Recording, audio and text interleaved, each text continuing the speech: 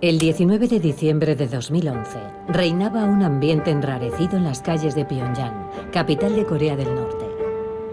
Al mediodía, la televisión estatal interrumpió su emisión para hacer un comunicado de suma importancia.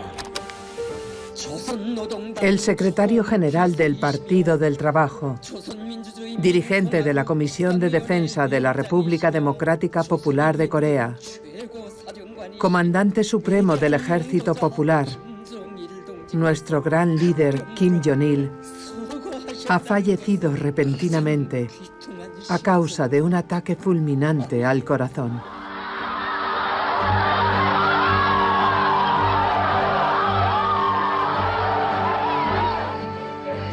Nos dijeron que Kim Jong-il había muerto. Todos lloramos.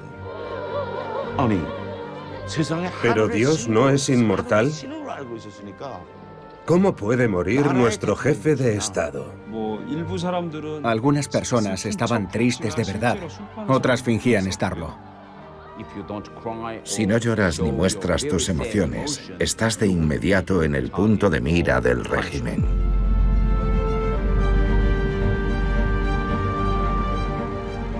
El funeral se celebró a los 9 días. En primera fila, un joven de 27 años. Con lágrimas en los ojos, Kim Jong-un no solo enterraba a su líder, enterraba también a su padre. Entonces no sabíamos casi nada de él. Sin embargo, era el último descendiente de una dinastía elevada al rango de Dios viviente. A partir de ese momento iba a gobernar la dictadura de Corea del Norte.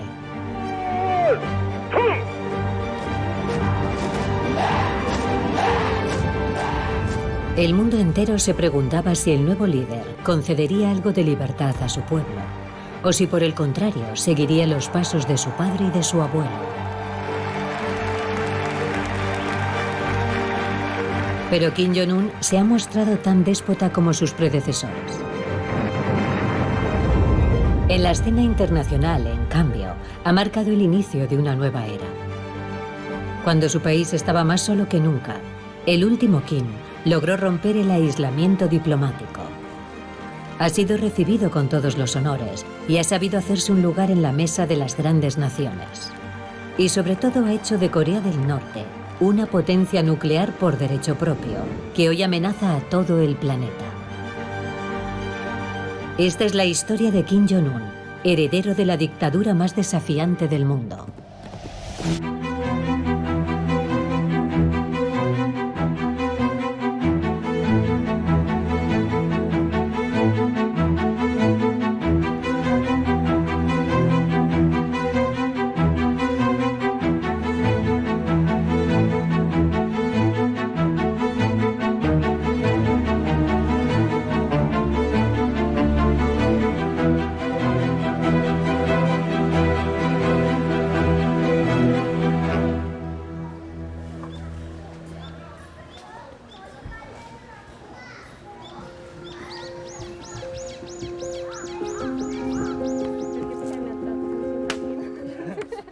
Conseguir declaraciones libres en Corea del Norte es imposible. El control es tal que nadie se atrevería a dar su opinión. Así que para saber lo que significa vivir en ese país, vamos a entrevistarnos con algunos norcoreanos que han logrado escapar a Corea del Sur. Suelen reunirse para compartir su tiempo los fines de semana, algo impensable en su vida anterior. 그런 모임이 되게 하시고 연합이 되게 하여 주시옵소서. 오늘도 살아계시며 우리를 위해서 구원하신 예수님 이름 받들어 기도드립니다. 아멘. 감사합니다. 감사합니다. Me llamo Ansin. Llegué a Corea en 2015. Me llamo Kim Chul-min. Tengo 25 años. Me escondo porque mi familia sigue en Corea del Norte. Y también porque me pueden amenazar, incluso aquí, en Corea del Sur. En Corea del Norte no hay libertad. Trabajaba mucho y tenía una vida de miseria. Vine aquí en busca de una vida mejor.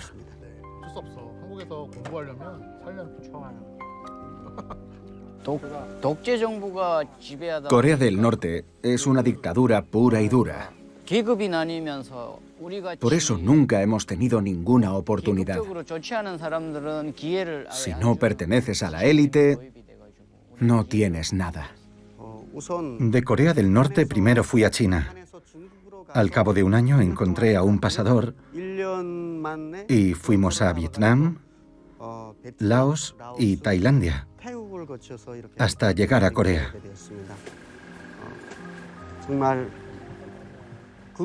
Sueño con una Corea del Norte en la que la gente no muera de hambre y viva tan libre como aquí.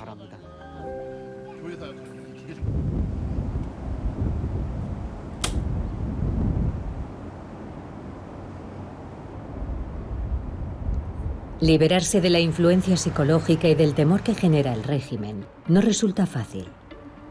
De los 30.000 refugiados norcoreanos que viven en Seúl y sus alrededores, solo unos pocos se atreven a hablar abiertamente. Y aún son menos los que se atreven a desafiar a Kim Jong-un. Tae Yong-ho es uno de ellos. Fue embajador de Corea del Norte en Londres hasta 2016. Decidió no regresar nunca a su país.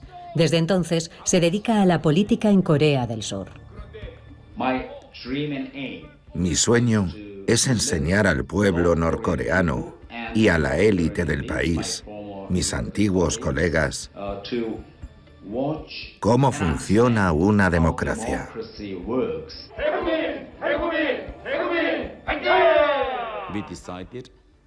Mi familia y yo elegimos la libertad antes que una vida de esclavos en Corea del Norte. Fue una elección difícil, porque para la gente como yo, huir supone que no hay vuelta atrás. Significa no volver a ver a tus familiares ni a tus amigos. Es como si de repente se borrasen 50 años de tu vida. Tuve que empezar una nueva vida. Más tarde comprendí que el sistema norcoreano no servía al país ni al pueblo, sino que solo servía a los intereses de una familia, los Kim.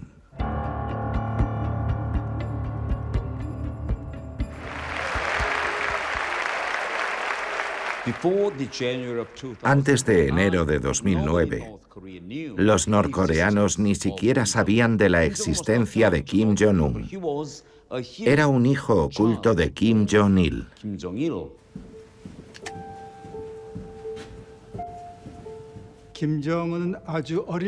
Ya desde muy pequeño, Kim Jong-un solía llevar puesto el uniforme militar. Su padre veía en él a un futuro líder militar. A la edad de 8 años, Kim Jong-un ya había sido designado como sucesor por el Comité Supremo del Partido del Trabajo. Estudió en Suiza 4 años, de 1996 a 2001. Es decir, de los 12 a los 17 años. Así que pudo ver el mundo europeo por sí mismo.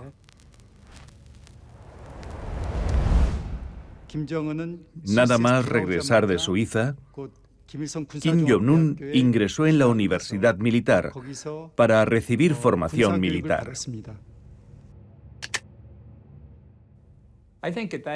Creo que en ese momento había mucha incertidumbre sobre si realmente podría dirigir el país. Era muy joven, carecía de experiencia, y muchos altos cargos del gobierno de Corea del Norte vieron ahí la oportunidad de tomar el poder. Creo que ha estado a la altura de las expectativas.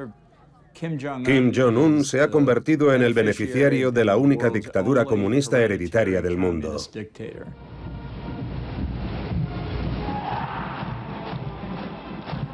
Para comprender la herencia de Kim Jong-un, hay que remontarse a casi 70 años atrás.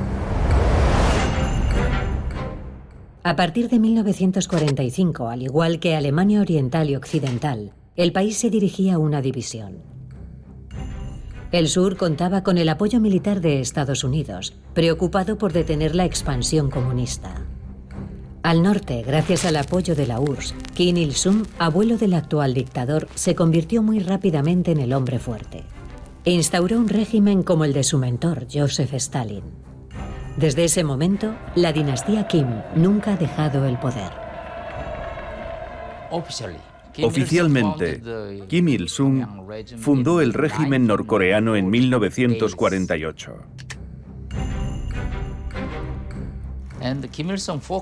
Inmediatamente se esforzó por fortalecer su liderazgo dictatorial sobre todo el país.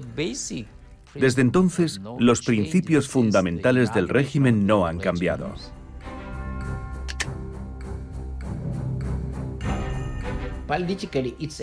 Políticamente, es una cultura dinástica, comparable a lo que los historiadores llaman antiguo régimen, con una mezcla de nacionalismo coreano y marxismo en su lectura leninista o estalinista. En la medida en que el poder del jefe supremo se transmite de padres a hijos, existe un carácter monárquico.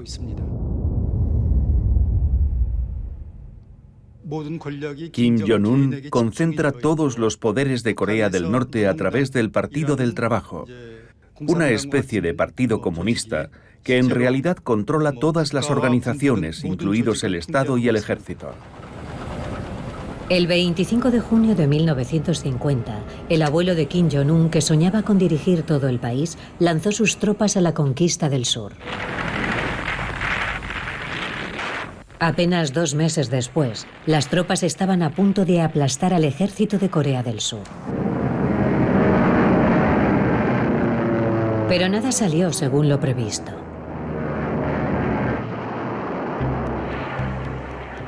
Gracias al apoyo militar estadounidense, Corea del Sur resistió. Kim Il-sung y sus hombres sufrieron uno de los mayores bombardeos de la historia. Creo que primero está el antagonismo entre el régimen norcoreano y el régimen surcoreano. El antagonismo con Estados Unidos es consecuencia de nuestros más de 70 años de apoyo a un gobierno libre e independiente en Corea del Sur.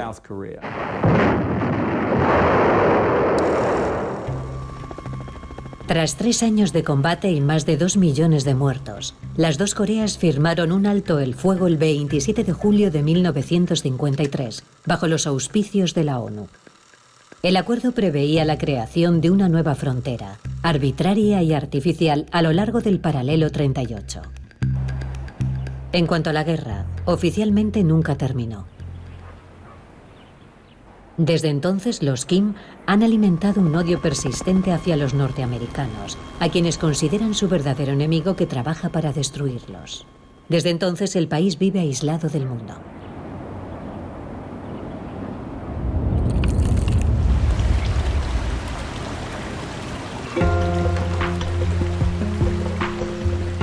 Actualmente, los norcoreanos siguen sufriendo la tiranía de los Kim. In Kang-jim, ex general del ejército de Corea del Norte, creció en ese mundo.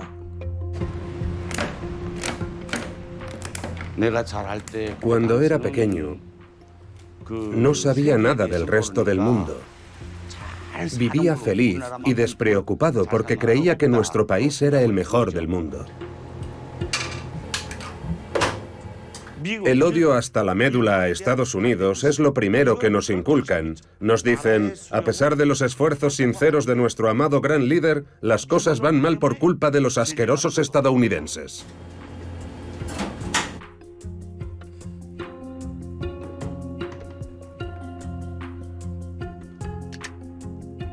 En Corea del Norte nos enseñan que Estados Unidos es el principal enemigo. La economía de mercado, el capitalismo, es el peor sistema del mundo.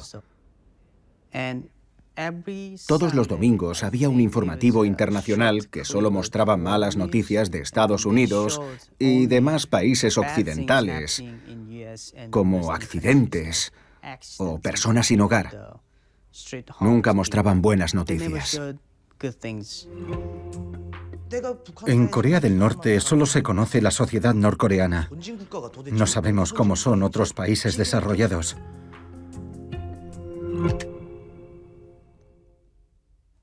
En el programa de televisión Viaje por el Mundo, solo salen países muy pobres, para que no dispongamos de ningún elemento de comparación y creamos que Corea del Norte es el mejor país del mundo.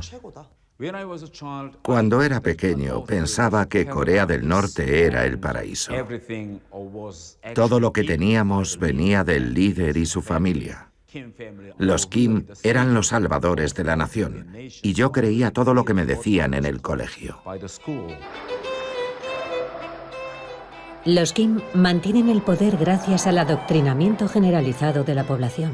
El dominio absoluto de las mentes tiene un nombre: Juche. El Juche es una combinación de ideología y religión. La idea del Juche es que la gente debe considerar dioses a todos los Kim, incluido el líder actual, Kim Jong-un. Ellos son los portadores de la verdad absoluta en el sistema norcoreano. Desde pequeños nos enseñan que el Juche fue creado por Kim Il-sung. Si se fijan con atención en los 10 mandamientos, se parecen mucho al Juche. Este es el único criterio para establecer toda la política del partido. Si usted visita Pyongyang o cualquier otra ciudad de Corea del Norte, verá una torre muy alta llamada Torre Eterna. En ella se puede leer: Kim Il-sung y Kim Jong-il siempre estarán con nosotros.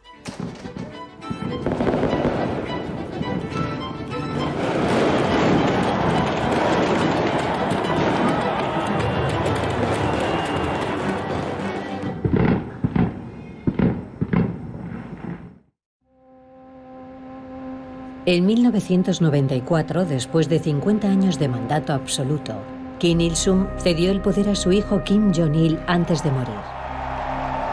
El nuevo dictador se hizo cargo de la política totalitaria y, para proteger el reino ermitaño de las potencias extranjeras, persiguió el sueño de su padre de poseer la bomba atómica.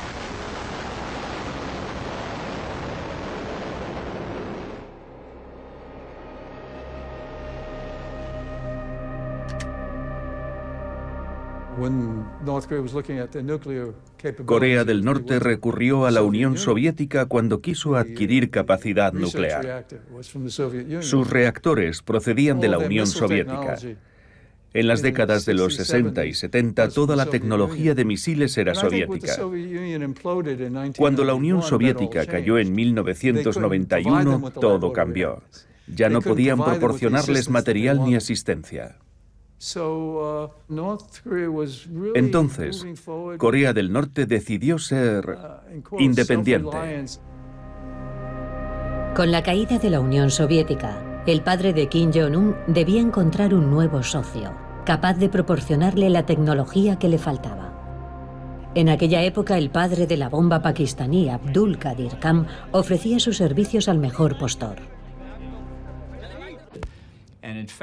De hecho, poco después de la llegada de Bush al poder, la CIA nos informó de que Corea del Norte se estaba procurando todo el material necesario para enriquecer uranio y fabricar una bomba. Recabamos toda la información: la adquisición de productos químicos, tubos de aluminio, el hecho de que estuvieran enviando a sus científicos a los laboratorios Khan de Pakistán. Atamos cabos y llegamos a una conclusión. Corea del Norte estaba desarrollando un programa de enriquecimiento de uranio para fabricar un arma nuclear. La búsqueda frenética del arma nuclear, junto con la desaparición del hermano mayor soviético, sumieron al país en la miseria absoluta. Al principio de los 90, las raciones de alimento que distribuía el régimen se redujeron. A partir de 1994, el país se vio golpeado por una hambruna sin precedentes que causó al menos 1 millón de muertos. Durante el periodo de hambruna, en Corea del Norte la vida de las personas era realmente difícil, especialmente para comer. La gente hacía todo lo que podía para poder sobrevivir. Buscaban en las montañas, en el campo. Todos sus esfuerzos se centraban en sobrevivir y empezaron a infringir la ley. A partir de ese momento, aumentaron los actos inmorales, como el asesinato o el robo. Estaba furioso. Cuando estuve en Dinamarca o Suecia como diplomático, fue el periodo más difícil para Corea del Norte. Cuando visitaba a ministros suecos o daneses, les pedía ayuda. Y siempre me respondían lo mismo.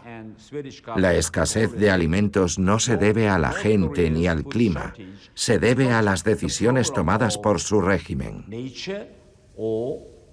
Me decían, su país pide ayuda internacional, mientras sigue disparando misiles.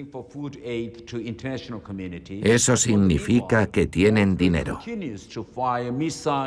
El problema es que no lo emplean para alimentar a su gente, sino para fabricar armas. A partir de ese momento, Kim Jong-il consideró que no bastaba con la propaganda y había que recurrir a las armas. Según sus instrucciones, había que usar armas. La gente cumplía sus órdenes a rajatabla. Fusilaban hasta a quien robaba 1 o 2 granos de maíz. Fusilaban a quienes habían robado una vaca porque se estaban muriendo de hambre. Colocaban carteles anunciando las ejecuciones capitales en tal lugar, día y hora.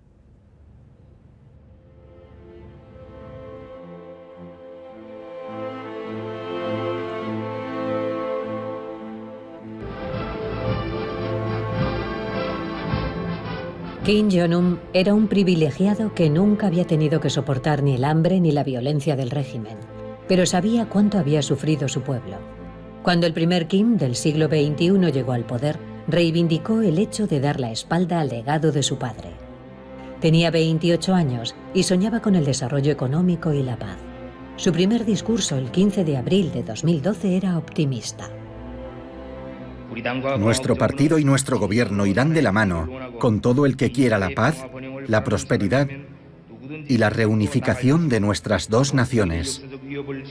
Trabajaremos pacientemente para lograr esta causa nacional. Los primeros meses en el poder del joven Kim hacían presagiar un cambio importante. A pesar de que el país llevaba años siendo golpeado por las sanciones internacionales a causa del programa nuclear de su padre, él quería reactivar la economía. Se rumoreaba que Corea del Norte se dirigía hacia una apertura al estilo chino. Pero se dio cuenta de que las nuevas ideas ponían en peligro el régimen y las reglas de Corea del Norte. Por eso, al final, decidió abandonar este enfoque y volver a lo que su padre y su abuelo hicieron antes que él. De hecho, es la única forma de mantener el sistema norcoreano. Mucha gente cree que Kim Jong-un inició esta política económica, pero no fue así. Durante 2 años, todo fue pensado e iniciado por su tío Jang Song-taek.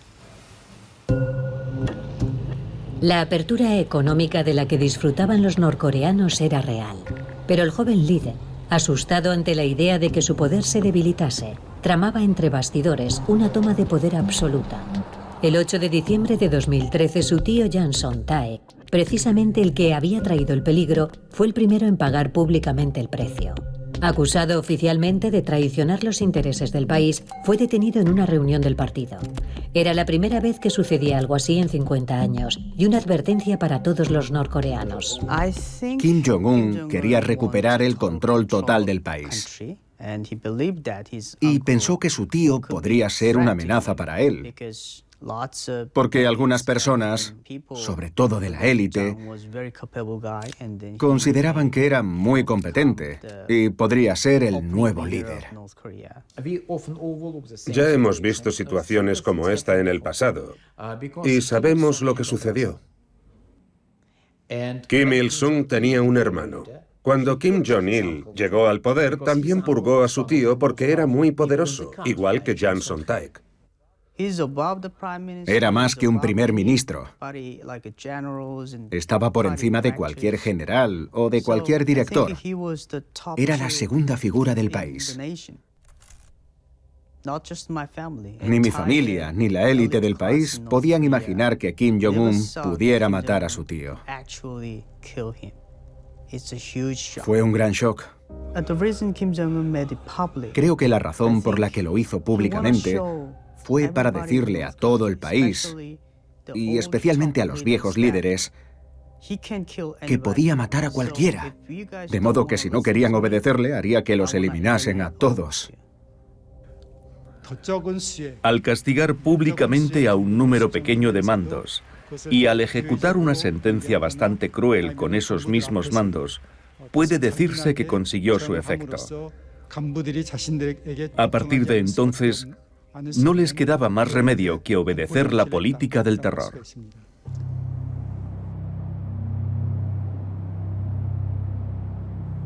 Con el paso de los meses, las purgas se intensificaron y golpearon a los servicios secretos norcoreanos. En febrero de 2017, Kim Jong-un llevaba 5 años en el poder cuando alcanzó un nuevo nivel de violencia. Su nuevo objetivo no era otro que su medio hermano Kim Jong-nam. En el exilio, apartado del poder desde hacía años, de repente fue portada de los periódicos occidentales. Yo diría que en Corea del Norte nadie sabía de la existencia de Kim Jong-nam. Está estrictamente prohibido hablar de la familia Kim. Kim Jong-nam era el mayor, pero todos sabían que su madre era una famosa actriz norcoreana. Todos sabían que esa mujer estaba casada con otro hombre. Por eso Kim Jong-nam fue enviado al extranjero durante tanto tiempo, antes de que Kim Jong-il muriera. Kim Jong-un no quería que los norcoreanos supieran de su existencia. Pero su hermano estaba fuera y hacía mucho ruido. A veces concedía entrevistas a los medios de comunicación. Los norcoreanos del extranjero podían escucharlo fácilmente. Y además, en aquel momento, se rumoreaba que Estados Unidos y China estaban considerando una alternativa para sustituir a Kim Jong-un.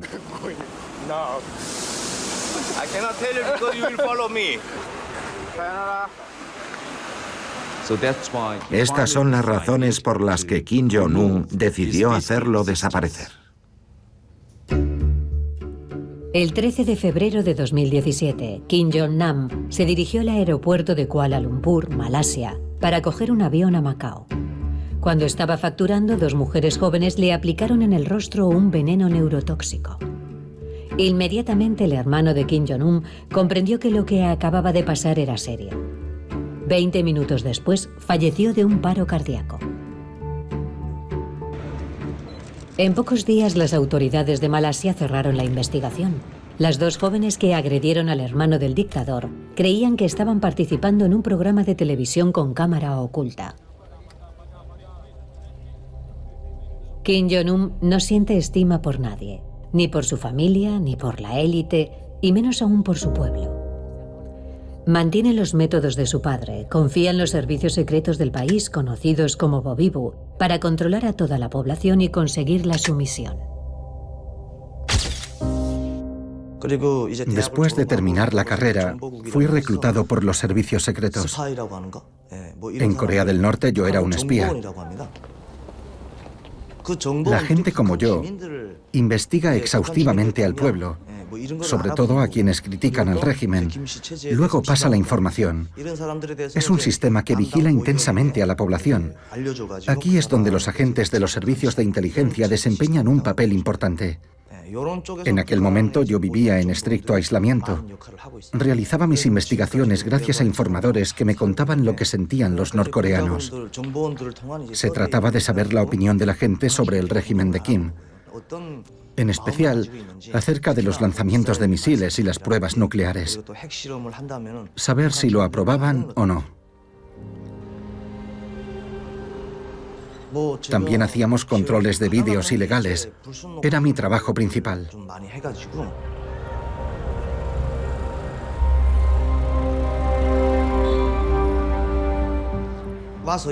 Ahora que vivo en Corea del Sur, sé que existen los derechos humanos. Pero entonces entraba en las casas abriendo la puerta de una patada, sin llamar.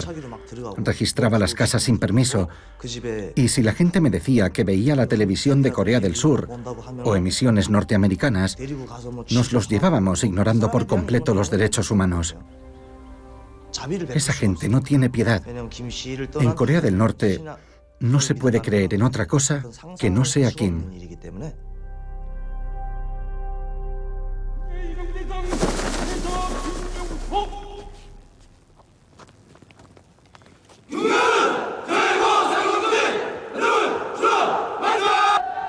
Con el régimen sometido y el pueblo esclavizado, Kim Jong-un retomó la obsesión familiar de convertir a Corea del Norte en una potencia nuclear por derecho propio, aún a riesgo de sufrir nuevas sanciones internacionales como en el pasado.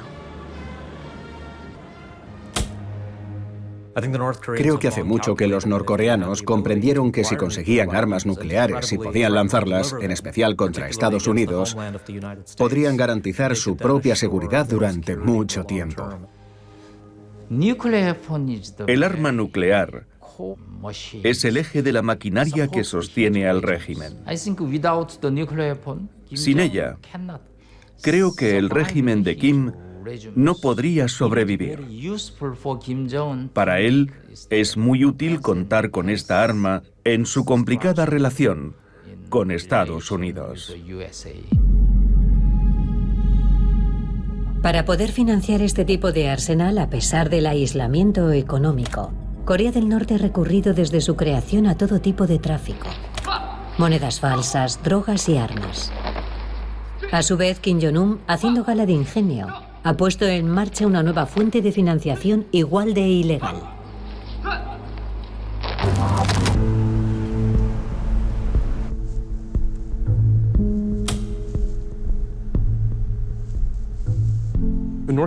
Corea del Norte es un estado único, en el sentido de que utiliza ataques informáticos para generar ingresos ilícitos y ningún otro estado lo hace.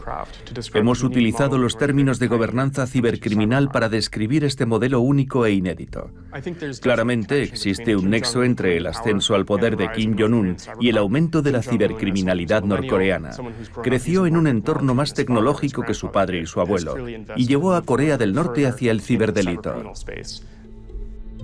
Los hombres de Kim Jong-un han ido puliendo la técnica desde los primeros ataques, hasta tal punto que ninguna institución en el mundo está a salvo, ni siquiera la poderosa Reserva Federal de Estados Unidos, atacada en 2016.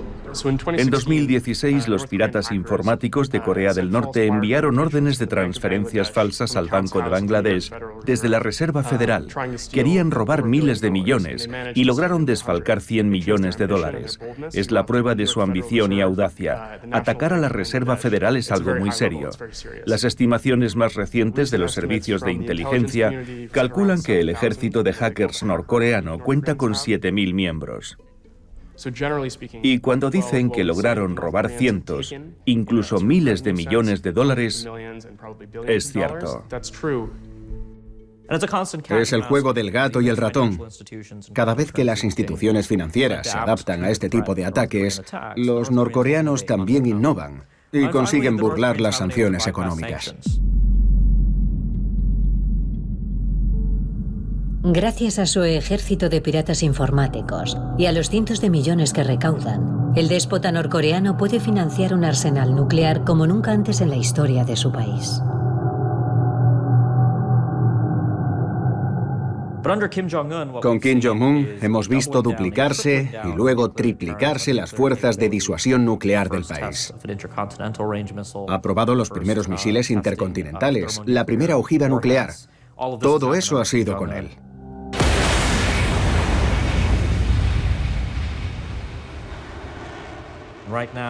Es el dirigente que ha llevado al país a otro nivel. Lo ha convertido en una potencia nuclear. Las cifras no son definitivas, pero mi estimación es que actualmente Corea del Norte posee alrededor de 60 cabezas nucleares. Creo que para finales de la década podría tener 100. Puede decirse que en Corea del Norte la conclusión de la fuerza nuclear se presenta como el mayor logro de Kim Jong-un.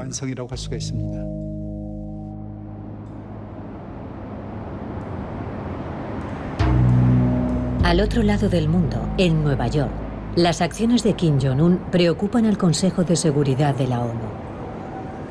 En 2016 se aprobó una nueva resolución que impone sanciones cada vez mayores. Todos se preguntan, ¿a qué juega el joven dictador de 33 años cuando todo el planeta está en su contra?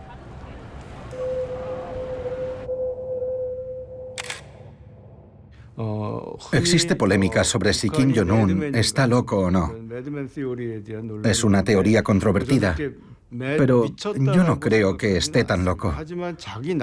Creo que tiene su propio código de conducta y comportamiento. Vladimir Putin utilizó una expresión que, en mi opinión, también puede aplicarse a Kim Jong-un. Un día me dijo, bueno, ustedes tienen su lógica y nosotros tenemos la nuestra. A ver cuál gana. Kim Jong-un tiene su propia lógica. Puede que no la entendamos, pero no está loco. Kim Jong-un es impredecible. Es como un balón de rugby. Nunca sabes a dónde va. Por eso es muy difícil predecir lo que hará Corea del Norte.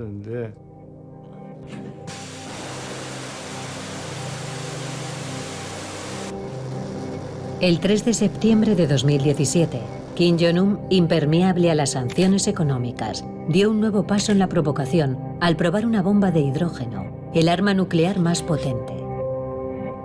Nada parecía poderlo detener. Pero un recién llegado a la escena internacional iba a cambiar la situación.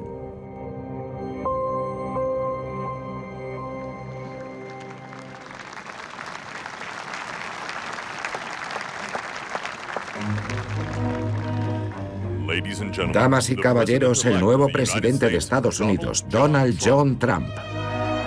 Recién elegido 45º presidente de Estados Unidos, Donald Trump adoptó una posición inédita con respecto a la dinastía Kim. Durante décadas, los norcoreanos estaban convencidos de que ningún presidente norteamericano autorizaría un ataque preventivo, porque Corea del Norte respondería matando a miles de surcoreanos inmediatamente después. Se daba por sentado que ningún presidente norteamericano estaría dispuesto a provocar semejante desastre. Hasta que llegó Trump. Se le consideraba alguien a quien no le importaban sus aliados. Se burlaba de las alianzas. Era impredecible. Y amenazó a Corea del Norte con una acción militar inminente. Y claro, se asustaron. Debemos trabajar y enfrentarnos juntos a quienes quieren llevarnos al caos, la agitación y el terror. La incesante carrera armamentista nuclear de Corea del Norte amenaza a todo el mundo con un número incalculable de muertos. Estados Unidos es poderoso y paciente, pero si nos vemos obligados a defendernos o a defender a nuestros aliados, no nos quedará otra elección que aniquilar por completo a Corea del Norte. Rocketman, estás en una misión suicida. En 2017, Kim realizó pruebas nucleares e insultó a Donald Trump. Por su parte, Trump habló de fuego y furia. Todos pensaban que habría guerra. El presidente Trump consiguió toda su atención porque fue muy duro. Dijo que él tenía un botón más grande y si jugaban a eso... Un presidente de Estados Unidos hablando así. Nunca antes lo habían escuchado.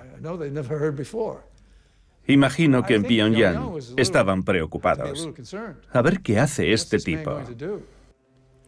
Toda Norteamérica está al alcance de nuestras armas nucleares y tengo un botón nuclear en mi escritorio. Es una realidad, no una amenaza. Hoy espero hablar no solo en nombre de nuestro país, sino de todas las naciones civilizadas, diciendo a Corea del Norte, no nos subestimen y no nos pongan a prueba. Hoy decimos que el mundo nunca aceptará que Corea del Norte tenga armas nucleares. Y hoy el Consejo de Seguridad dice que si Corea del Norte no detiene el programa nuclear, lo haremos nosotros. Tras el discurso de Trump, el Consejo de Seguridad de Naciones Unidas votó una nueva resolución para reforzar aún más el control sobre la economía de Corea del Norte. Prácticamente se prohíbe la venta de gas y petróleo. Se decide un embargo al suministro mediante carguero. El conflicto entre los dos enemigos jurados parece no tener fin. Si Corea del Norte continúa por este camino peligroso, aumentaremos todavía más la presión. La decisión es suya. Gracias.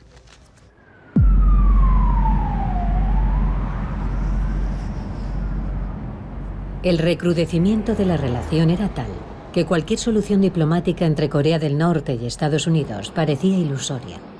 Sin embargo, en la primavera de 2018, el New York Times revelaba en portada que el director de la CIA y Corea del Norte habían mantenido conversaciones en secreto, algo nunca visto en 20 años. Oí hablar de ello por primera vez una semana antes de llegar al gobierno. Un enviado de Corea del Sur fue recibido en la Casa Blanca y expresó la voluntad de Corea del Sur de organizar un encuentro entre Trump y Kim. Yo diría que la reacción del presidente Donald Trump fue bastante impulsiva. Le salió del corazón. Pensó, puedo hacerlo. Vosotros lleváis 30 años intentándolo y no ha pasado nada. Yo puedo hacerlo, dejadme hacerlo. Esta reacción responde a un impulso. No es algo meditado. El 27 de marzo de 2018, Kim Jong-un abandona Corea del Norte por primera vez desde que llegara al poder. El destino, Pekín, en donde iba a reunirse oficialmente con el presidente Xi Jinping. Iniciar conversaciones con Donald Trump no estaba exento de riesgo para Kim Jong-un. Su país había sobrevivido en gran parte gracias al apoyo económico chino, y tal vez China no veía con buenos ojos las negociaciones. China no quiere que haya inestabilidad en Corea del Norte. Ahora que tiene armas nucleares, podría ser trágico. Kim quería que China supiera que la seguía considerando su socio histórico.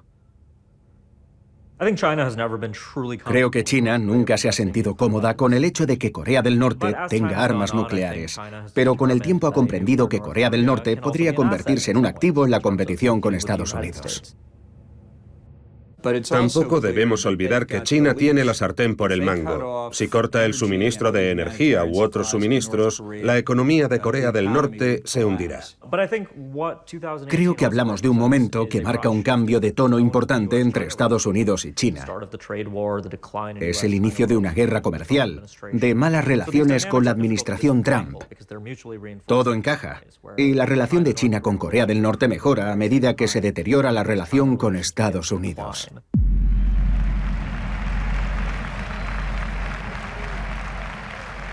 Atrás queda el tiempo de los insultos entre Kim y Trump. En un mitin en Michigan, el presidente de Estados Unidos reveló públicamente que las conversaciones con Corea del Norte estaban en curso, e incluso prometió que tendría éxito donde nadie antes lo había tenido. ¿Quién habría dicho hace 3 o 4 meses que íbamos a estar aquí? Entonces decían, va a llevarnos a una guerra nuclear. No.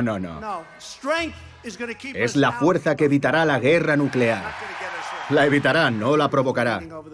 Una reunión esencial tendrá lugar dentro de 3 o 4 semanas sobre la desnuclearización de la península de Corea. De Corea del Norte, la desnuclearización. Corea del Norte quería seguridad. Había visto lo que sucedió en Irak o Libia. Libia es el ejemplo más llamativo. Kim no quería terminar igual. Morir como Muammar el-Gaddafi o Saddam Hussein era el verdadero miedo de Kim Jong-un. Llevaba 6 años en el poder, temía que los estadounidenses la tomasen con él y empezó a plantearse la posibilidad de aflojar el cerco diplomático.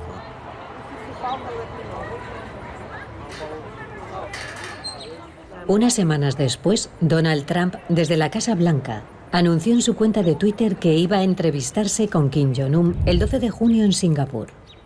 Una entrevista sin precedentes en la historia.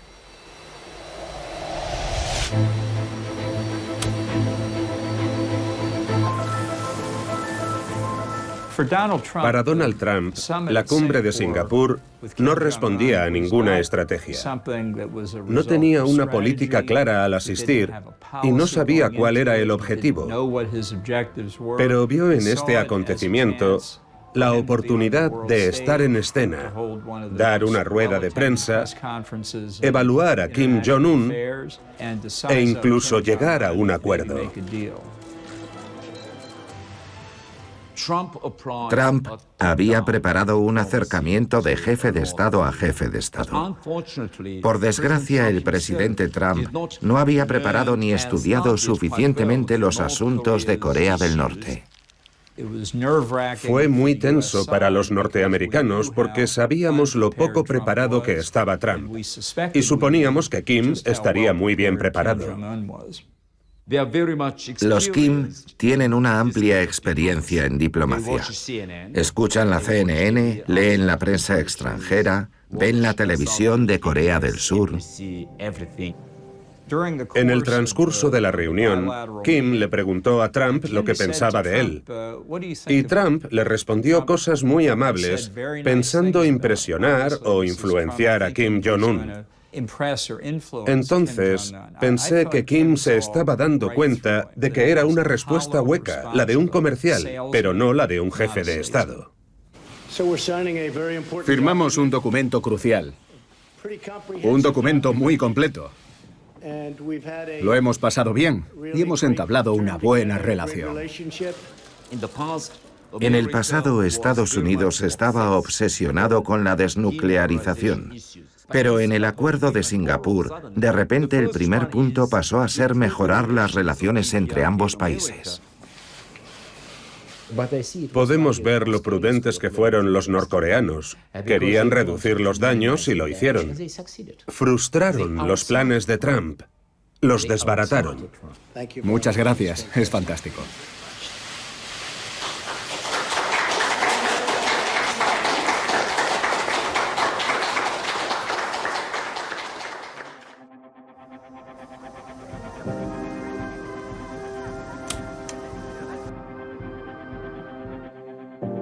Unos meses más tarde, los dos hombres volvieron a verse en una nueva cumbre en Hanoi.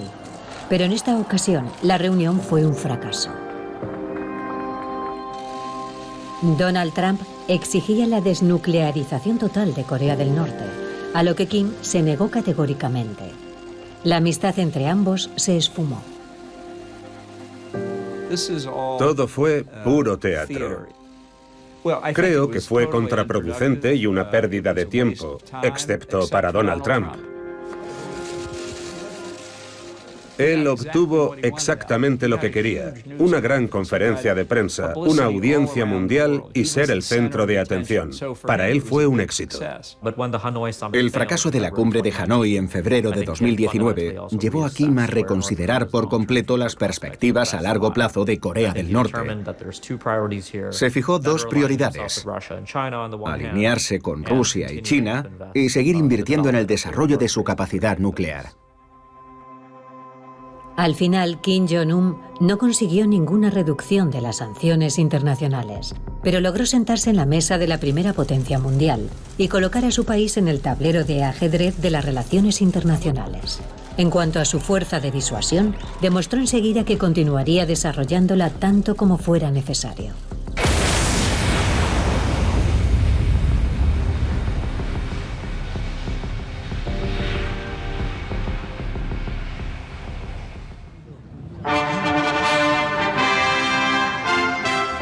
El fracaso de las negociaciones con los estadounidenses podría haber debilitado a Kim Jong-un, pero no fue así, porque sabía que la inestabilidad del mundo le favorece. Su pequeño estado incluso se convirtió en un activo en las maniobras diplomáticas entre los grandes de este mundo. Desafortunadamente, la desconfianza entre China, Rusia y Estados Unidos es cada vez mayor. Y Corea del Norte sabe cómo sacarle partido. Es la tragedia de la diplomacia actual. Un ejemplo, recientemente se han lanzado varios misiles.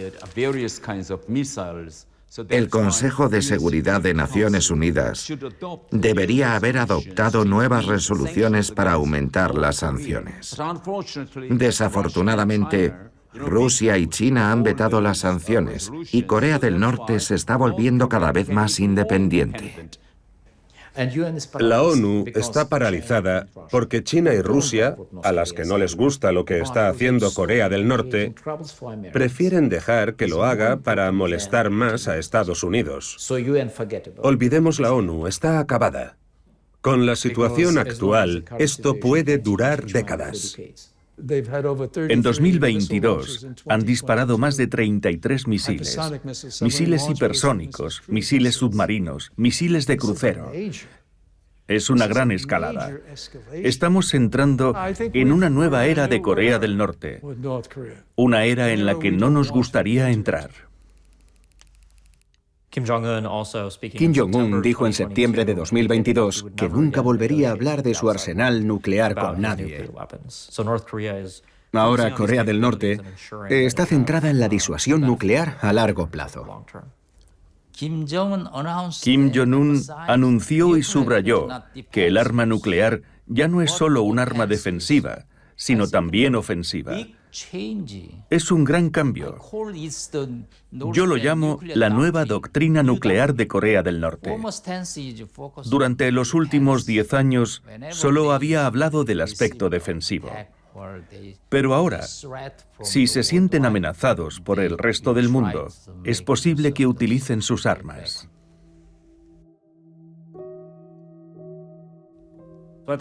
Sea lo que sea que hagamos con Corea del Norte, debemos cambiar nuestro enfoque, avanzar hacia la reducción de riesgos y vivir con una Corea del Norte nuclear. Será peligroso, pero hay que mirar la coexistencia desde el punto de vista de la disuasión nuclear entre Corea del Norte y Estados Unidos. Es una realidad.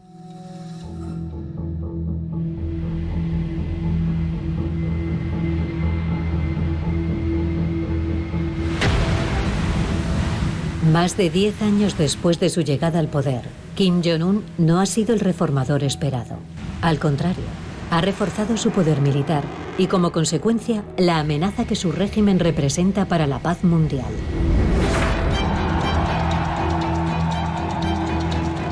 Igual que su padre y su abuelo antes que él, confía en la disuasión nuclear para garantizar la supervivencia de la dinastía Kim.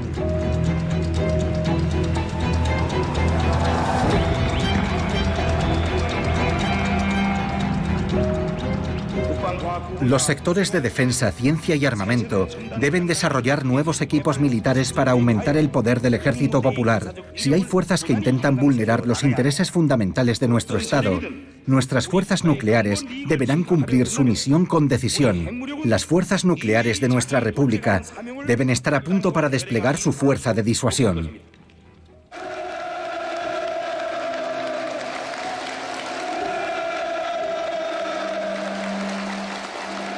Con este comportamiento, Kim está enviando un mensaje que no podría ser más claro para los occidentales. Mientras él siga en el poder, tendrán que tener en cuenta a Corea del Norte y probablemente más tiempo. En las últimas semanas el déspota se ha dejado ver por primera vez con su hija. La primera aparición ha tenido lugar en un campo de tiro. No es por casualidad. Su destino parece estar trazado.